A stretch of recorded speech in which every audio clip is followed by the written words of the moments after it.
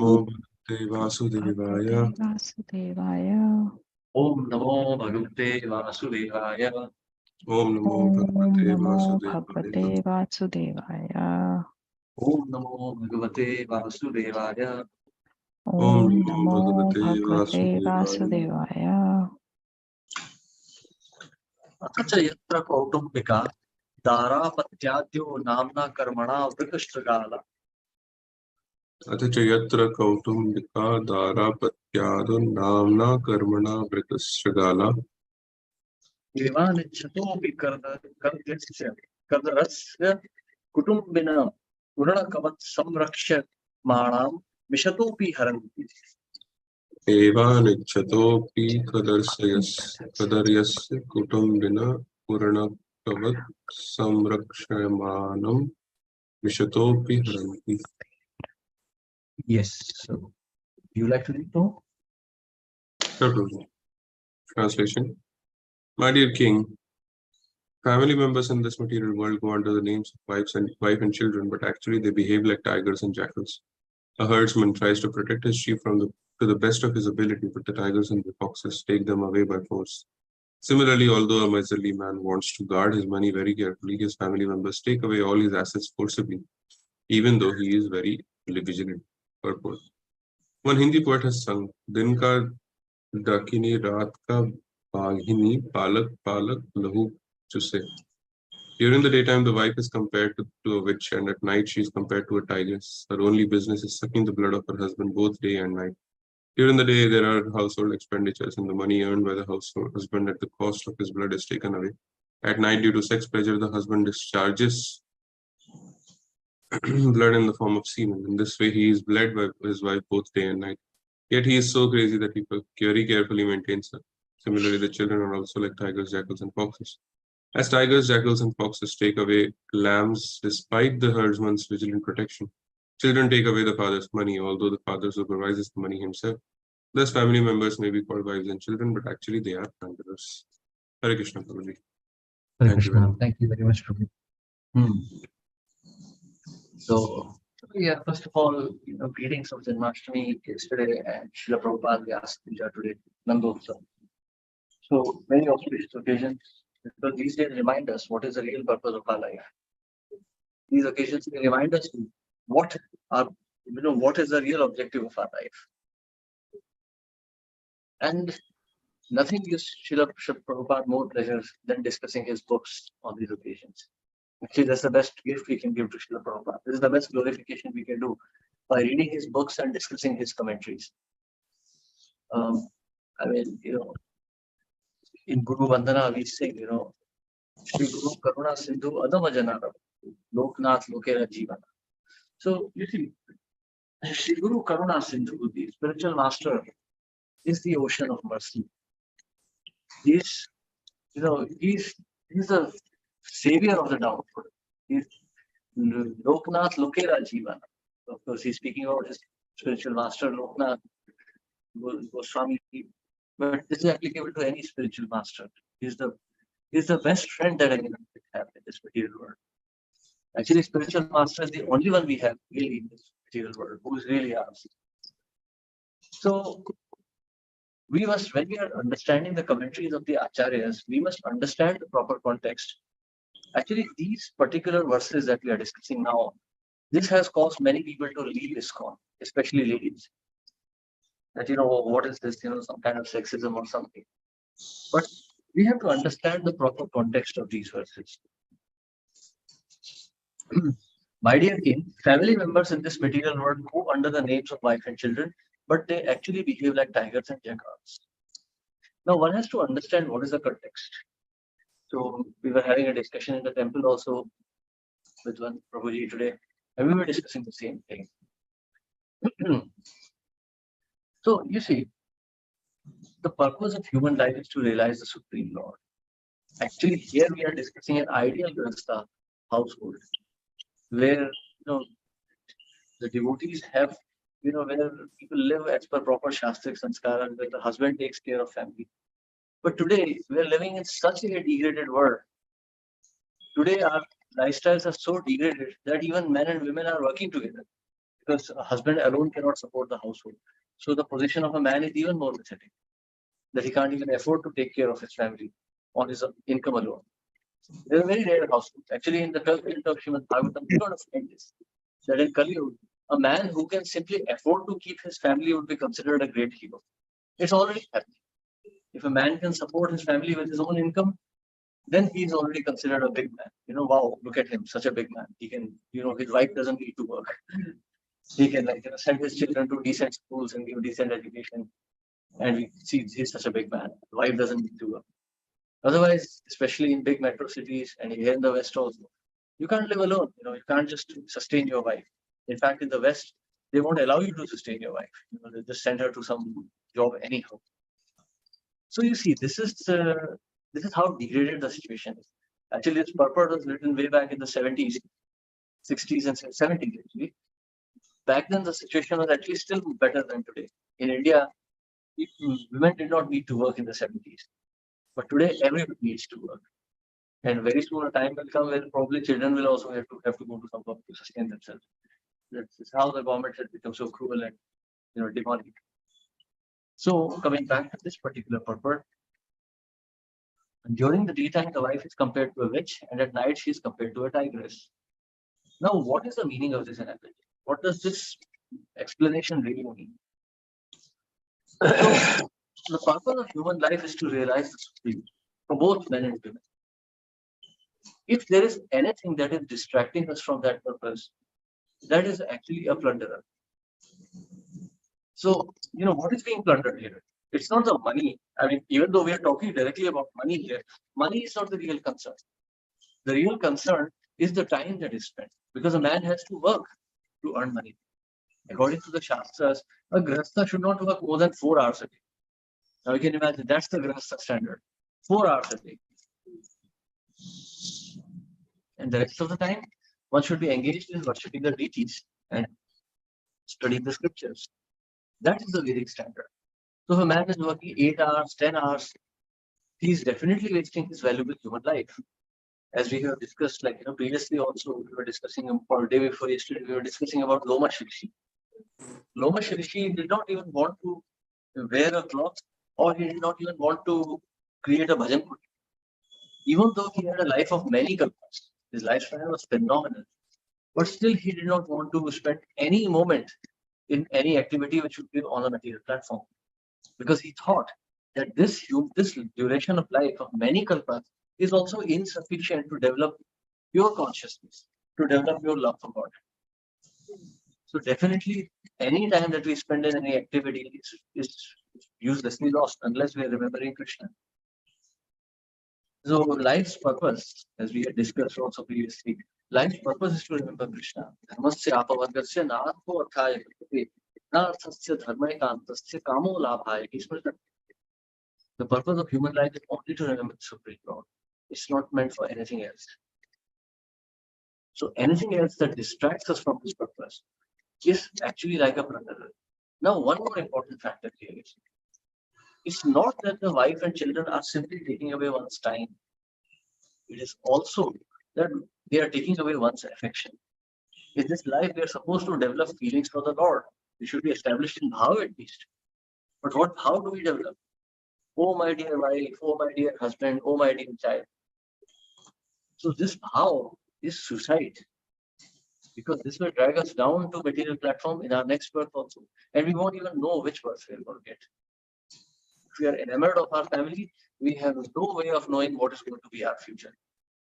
Actually, one's only occupation, human being's only occupation is to remember the Supreme Lord. Yam yam vapi smaran bhavam sajjat ante kadevaram tam tam evayati konteya sada tat bhava bhavita. Whatever state of being you remember, not thoughts that you have, the being, what's your consciousness? What do you like in your life? What do you really love in your life?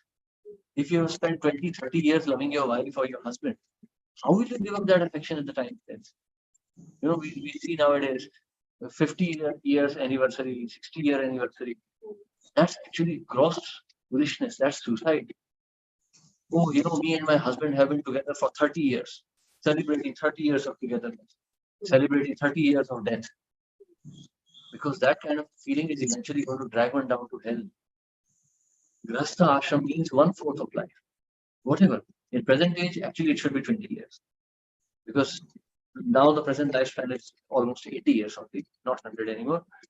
So 20 years, one should think of retiring from active material activities. Active material occupations, which are, taking away our consciousness. Not that one is working till 65, 70 years, making money. I'm a consultant at 70 years old. I still make a lot of money. That won't be of any use. So therefore, because these family members, they take away so much of wealth which has been earned through so much hard work, which has taken so much time. They are like plunderers. They are plundering away our time. So we have to be very cautious. So the point we are making here is, it's not that we are particularly against Grahastha ashram or we are against marriage or something, or that we are misogynistic. Point is, even for ladies, it's not that you are here to maintain affection for your husbands or anything. Though it's nice, because at least in the Vedas that is specified that way, but from a higher spiritual platform, your only object of affection should be Krishna and nobody else. So you should also use this opportunity to think, a valuable opportunity of human life to meditate on the Supreme Lord and nothing else. The so-called husband, wife of this material world are not going to live together forever. 30, 40, 50 years maximum, not more than that. So one should not waste one's life's affections for such temporary objects. One should meditate on the Supreme Lord and carefully, spend his time in service of the Supreme Lord and the spiritual master. Hare Krishna. Yes, any questions or comments?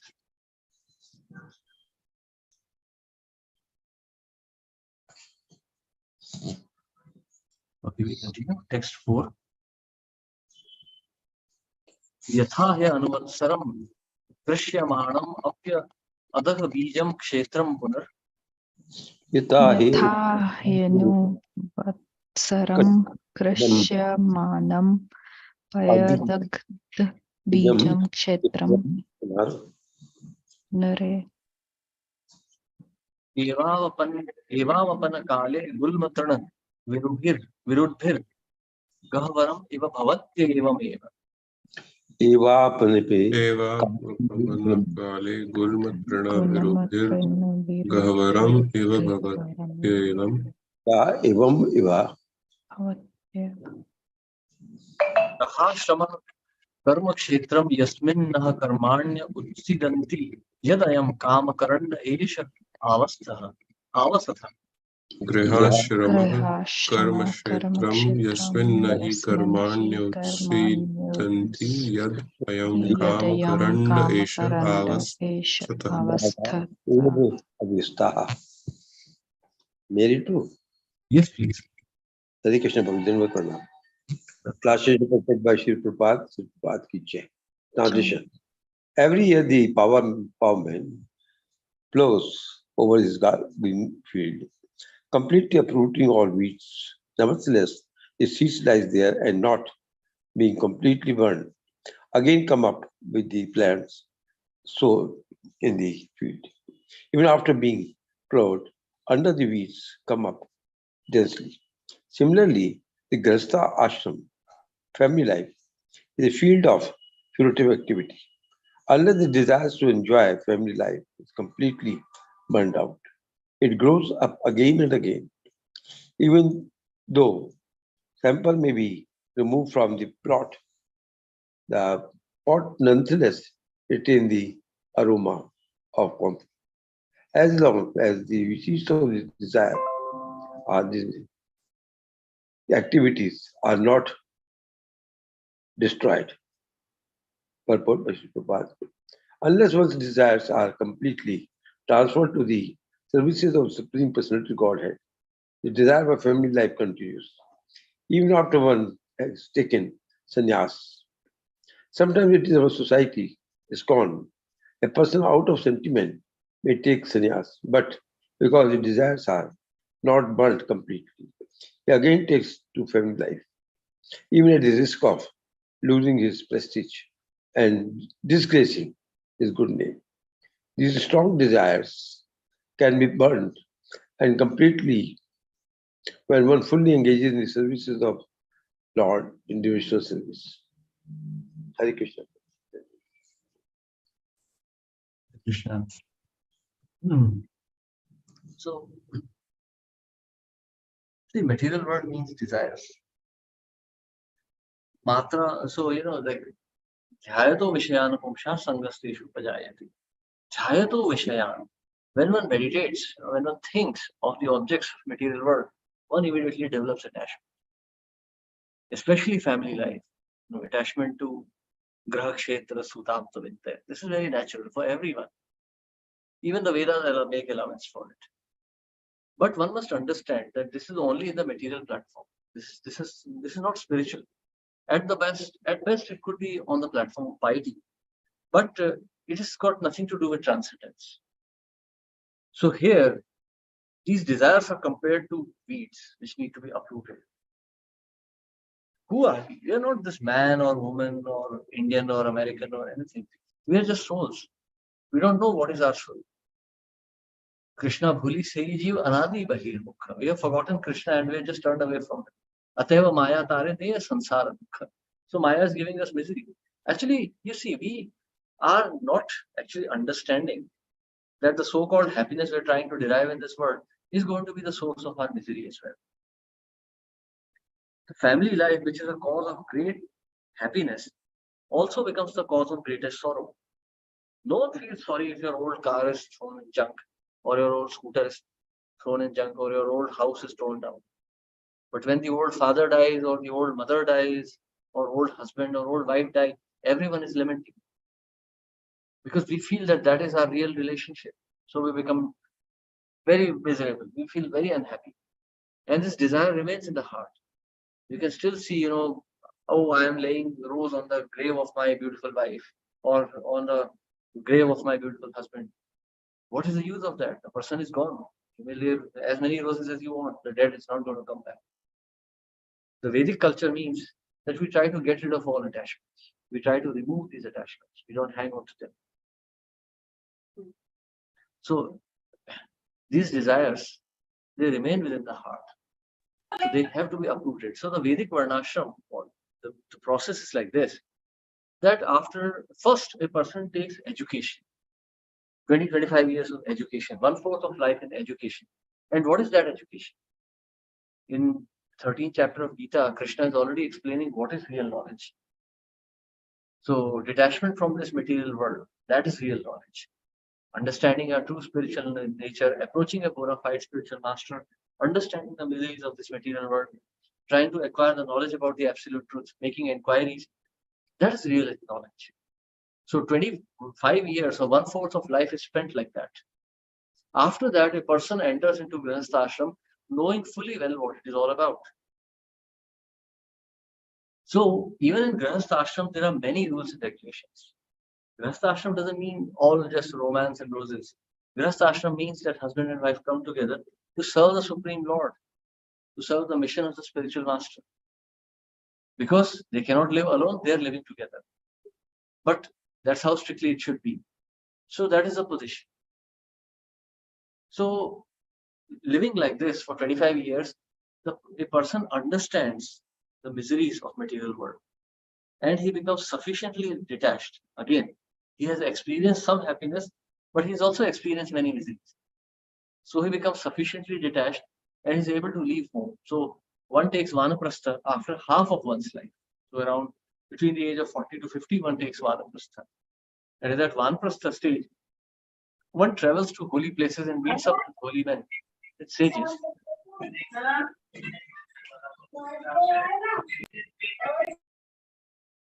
One meets holy men and discusses spiritual subject matters. And in this way, one further, revitalizes the knowledge he had already acquired in Brahmacharya ashram. And then living another quarter of his life like this, one becomes sufficiently detached to take sannyas in the last quarter of his life. Sannyas means depending solely on the Supreme Lord. And there also the method is so scientific that first one is Kutichak, living outside the home. Then one becomes Bahudrak, living outside the village. Then one becomes Param Parivrajacharya, traveling everywhere. And finally one becomes Paramhans, truly self-realized. So this is a scientific method of detaching from this material world. the idea is that gradually, by burning the fire of Vishnu within one's heart, one is able to give up all materialistic desires. The whole purpose of even Grihastha Ashram is to uproot these desires for sense gratification. Unless these desires are burnt out, one will take birth again and again. So it's not that we are forcibly, physically restraining anyone from these activities, but one has to uproot these desires. That's the very basis. Yam yam vapi smaran bhavam. That's the bhav. If one still has some desire to enjoy beautiful women or house or something, one will take birth again. And if he has been a devotee, then yes, certainly he'll take birth, and he'll take birth with a very good wife and a very good house. But that's not what we want. So one has to burn out these desires by serving the Lord. As Srila Prabhupada explains, that you cannot extinguish a fire by throwing petrol on it. You extinguish fire by throwing water. So these desires are not going to go away. When they think, oh, I am having sex desire, now I should become grihastha. No. By becoming grihastha, your sex desire is not going to go away. In fact, the desire will grow. If you are attracted to some general women, you will become more attracted to women. After getting married, you will experience women, and then you will become more and more attracted. So that's great danger. You're throwing petrol on fire, it will burn even more powerfully. So it is not a very advisable thing in bhakti, at least. So as far as possible, one should try to renounce and preach this message. So like this Siddhanta Saraswati Thakur says, beat your mind 100 times with a broom in the morning and 100 times with a shoe in the evening. That means you chant the holy names in the morning and in the evening. Manah Shiksha, Bhakti Vinod Thakur's Manah Shiksha. Try to teach your mind that all that you are desiring is not worth it. Why? Because you're going to waste your time. Valuable time that should be spent in the service of Krishna. Hare Krishna. Yes, any questions or comments? Hare Krishna, Bhajan. And In fact, whatever we're discussing, this chapter, last chapter also, is absolutely true. I'm not denying all those things. The question is, what is the present circumstances? Now, how we learn about it? Leave aside a few people like us who join ISKCON or some other organization which teaches all these things. Otherwise, even in India, which is supposed to be the origin of all these scriptures, Bhagavad Gita, Bhagavatam, etc. How? Because unless they read it, they will not understand it. So what is source of reaching this scripture? How this knowledge should be imparted to people? And leave aside India. What about the whole world? Because when we talk about the living beings. That means people of the other countries also, and not only that, even the plants and animals, part of it. So I leave out the plants and animals because it's thinking too much of it. But if we want to say we spread this message, people should know spreading is okay. You will say, I will preach and all that. But when how the people come to know about it? Unless they come to know how they are getting free from this bondage. What way? Because who has taught us these things? Leave aside, suppose we say Vedic, those who got Vedic, even in Vedic system of marriage, there is not a single sloka which says you do these things. Leave aside the Christianity and others, or the Islam. So how will the human being personally come to know about it? How will they get out of it?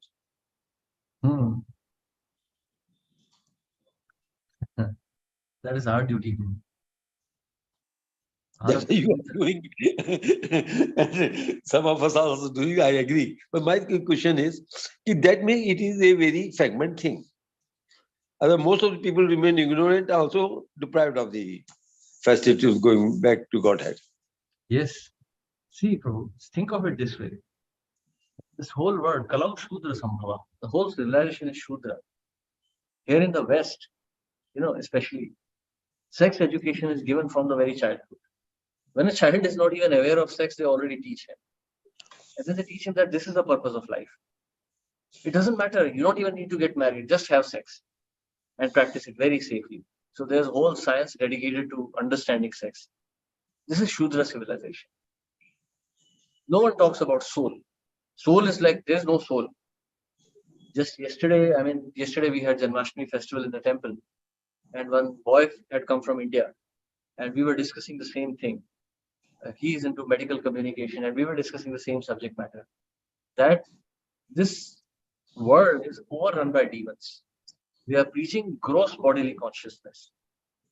So his subject was also to talk about how experts communicate with patients and how medical science is actually miscommunicating about health. So the discussion was towards Ayurveda and Vedic sciences, and we were discussing the same subject matter, that this is gross bodily animal consciousness.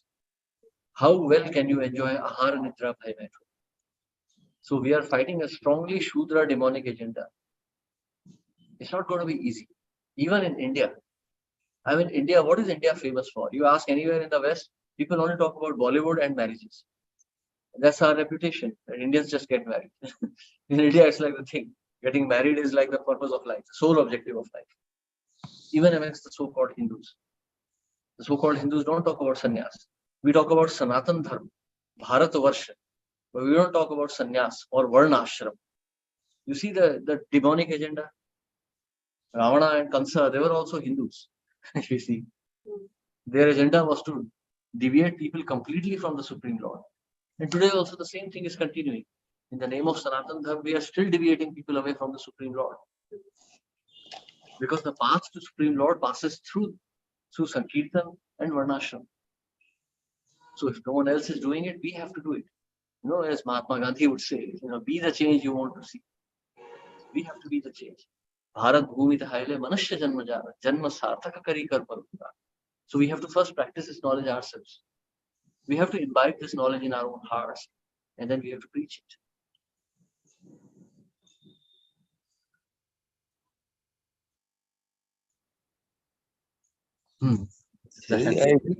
I quite agree with what you said, but how much it has to be practical. You see, it's not enough. Only that emotion. No, in my case, your case, we will practice it also. Yeah. But I will say those who are somehow lucky to attend some of the preaching classes, I think they are in no hurry to come. They come towards the end of the class and go away before the class is over, and maybe forgetting everything. I was listening to the lecture of Dr. Keshavanand about listening and remembering the things. He's absolutely correct. We are lucky just to be attending the class.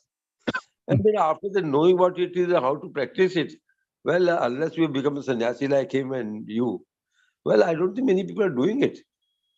It's only for sake of satisfaction and or telling the people that I am doing all these things.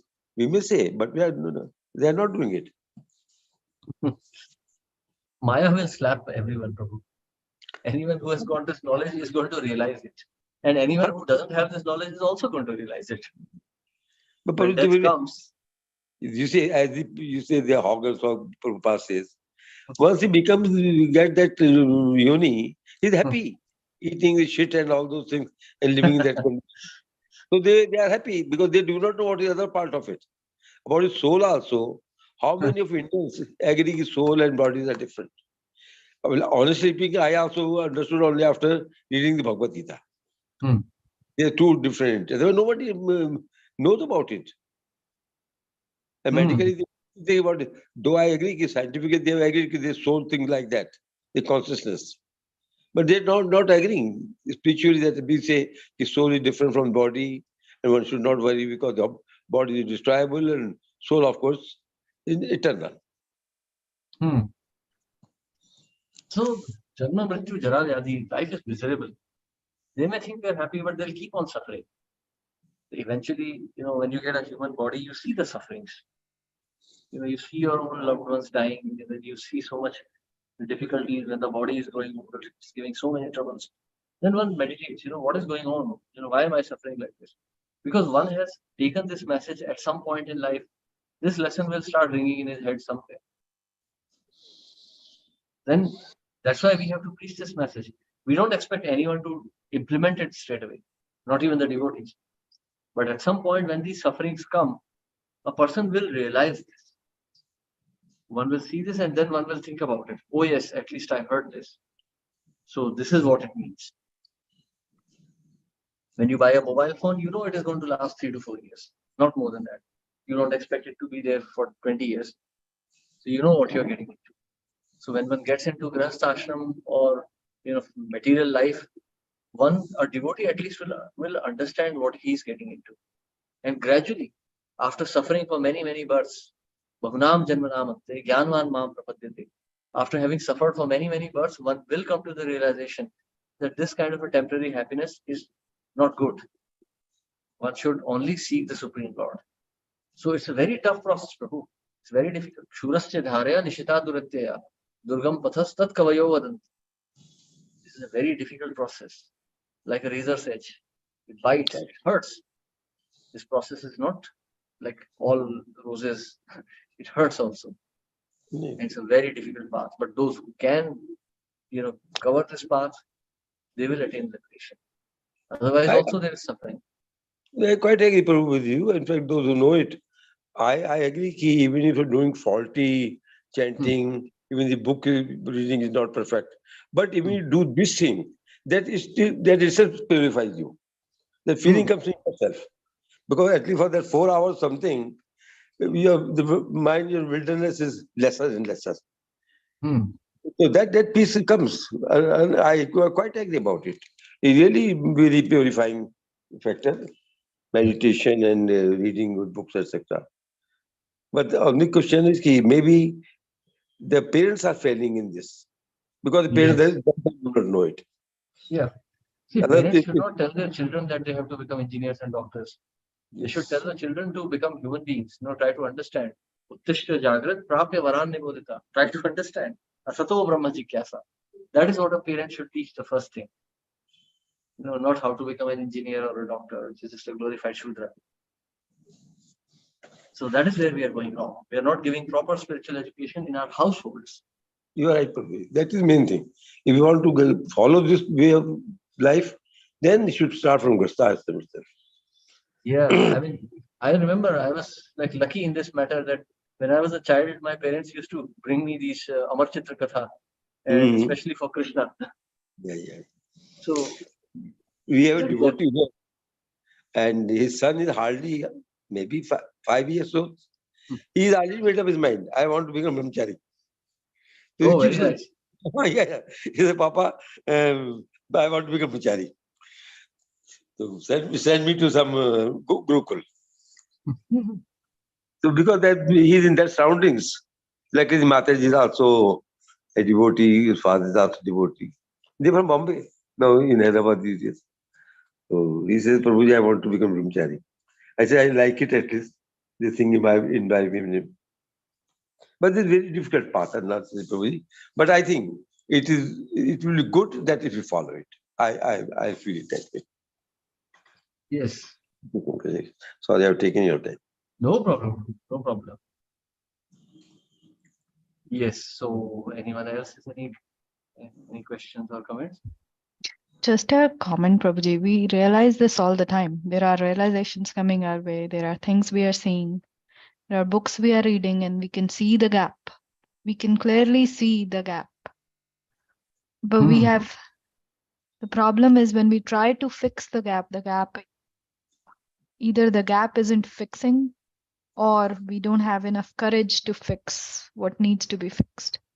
So then in that situation, the only option is praying to Krishna. Yeah, see, it's a very difficult process, very, very difficult process. It's not easy, and not even everyone will be able to follow it also. Krishnam Sahasreshwar, we have already read this. So actually now we can, I was just thinking how to glorify Srila Prabhupada. So now this is something, this presents an opportunity. So Prabhuji was asking, how do we do it in present time? We just look at the life of Srila Prabhupada. If you have studied the Prabhupada Lilamrit, you would have noticed, about Srila Prabhupada's life. The first chapter, it's the first book, first volume itself is entitled Lifetime in Preparation. Srila Prabhupada met his spiritual master at the age of 21 or 22. And from there on, he says, my only thought was, how will I serve this mission? He said, I had no idea. I was a young married Grahastha, and I had my business to take care of. So I really didn't know what to do. leaving my wife at that time seemed like an injustice. Mm, But I still always thought, how will I serve this mission? mm, So Prabhupada prepared himself. All that time, Prabhupada was only thinking, he was making plans. How will I go to the West? How will I preach this message? And when the opportunity presented itself, Srila Prabhupada took that opportunity. Prabhupada was following all the rules and regulations. He was acquiring knowledge all this while. He was purifying himself. And as soon as the time came, Prabhupada actually left home around the age of 50. And then the remaining time he spent in Delhi and Vrindavan, where he started writing his Bhagavatam back to Godhead. And he was constantly preparing for his preaching mission. He had no money, he had no resources. He was just wondering, like, how on earth will I ever go to West? I don't even have enough money to eat. But somehow or the other, Krishna manifested his desires. So the point here is, whether what we should do or what we can't do, we shouldn't think of that. We should always meditate on how to propagate this mission. It doesn't matter who we are. Nothing stops you from desiring. At least desire we can keep in our heart. mhm, If the desire is sincere, Krishna will fulfill it. So we have to sincerely desire to serve the Supreme. So that's the least we can do. At least desire to serve Krishna. mm, Very sincere. Not that we waste our time, just spending in family affairs, traveling here and there, just spending time in meeting of family friends and just enjoying family life. No, that's dangerous. Even if you're in family, yes, family life itself by nature is enjoyable. You're spending time with your spouse, your family, or other things. It's nice to associate with family. Don't try to expand this attachment. mm, Like Srila Prabhupada. Srila Prabhupada did not socialize unnecessarily. Actually, he was socializing with Gaudiya Math members, sannyasis and brahmacharis. They used to come to his house regularly. Prabhupada writes in his diary. So that was his socialization. Of course, his wife did not like it. That's another story. mhm, Like we discuss it some other day. Yeah. So, but that was Prabhupada's life. Srila Prabhupada, who is Srila Prabhupada? Actually, today we were having a conversation. There was one brahmachari, and we were having a very nice conversation today about spiritual life. He's a new brahmachari in our temple. And we were discussing about Srila Prabhupada and Acharya Tattva, how it is working. So look at Srila Prabhupada. I mean, such an enigma he is, such a personality. Srila Prabhupada, actually, once in San Francisco, there was, it was in New York, New York. Srila Prabhupada was with his very early disciples. There was Gargamuni Prabhu, Brahmanand Prabhu, and a few other devotees. So Brahmanand Prabhu got a dream once. This is mentioned in Prabhupada Lilamrit also. So he got a dream once. And he woke up and he told all the devotees. He said that in that dream, there was, all the devotees were there. And there was a very beautiful boy they were playing with. And they were all doing kirtan together. So Brahmanand Prabhu was amazed. So he asked one devotee, he said, who is this boy? Who is this very beautiful boy? So one devotee said, oh, he is Swamiji. So in those days, they called him Swamiji. So Brahmanand Prabhu was amazed. And he spoke to the boy. He said, you are so beautiful, then how come we see you as an old man? So the boy smiled and said, if I appear like this in front of you, people would follow me for my beauty and not for my message. So of course, this is you can say an apocryphal story. But the reality is that acharyas appear in such a way as to capture our hearts. If the acharya appears as a transcendental personality, complete, then we will think that he is impossible. So many people read Bhagavatam and they say, oh, this is all impossible. How is that possible? Krishna lifted Govardhan, but it's okay, it's good for him. What can I do? So they miss the message. And that's why Krishna appears as Lord Chaitanya. We can identify with him. He's like us, Lord Chaitanya. He appears in the house of a Brahmana. In a poor household, he appears. He lives like an ordinary boy. He takes education. He performs very sweet and loving pastimes with his associates. That we can identify. There are Muslims in the story also. so that at least as Hindus we will understand, we can Mhm. identify that as Kali Yuga.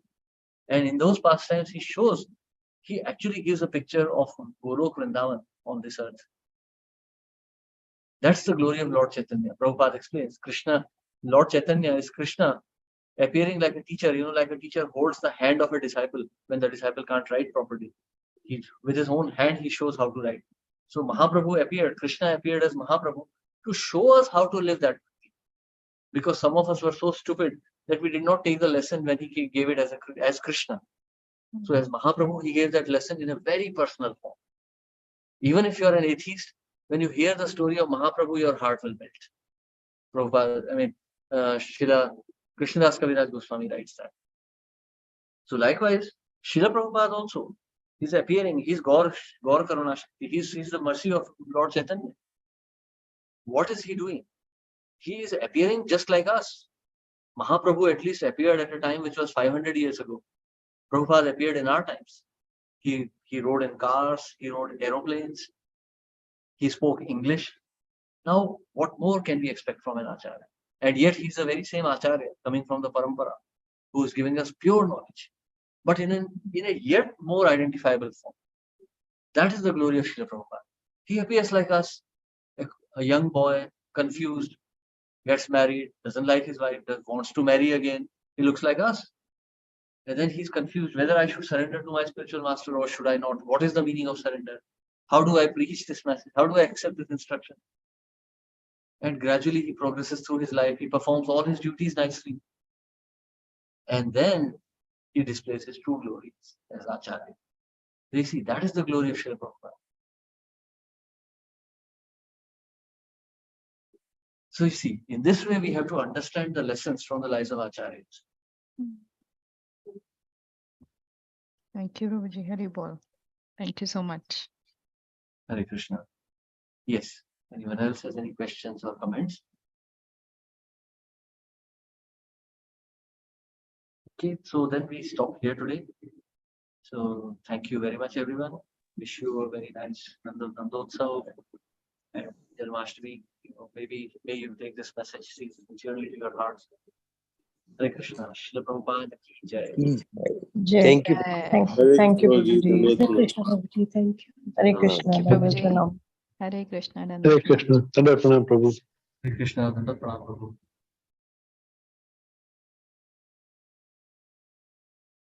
Hare Krishna. Thank you, Prabhu. Thank you, Dandavat pranam, Prabhu. Hare Krishna. Hare Krishna, Dhanur Pranam Prabhuji. Thank you so much. Thank you, Dandavat pranam, Prabhu. Hare Krishna.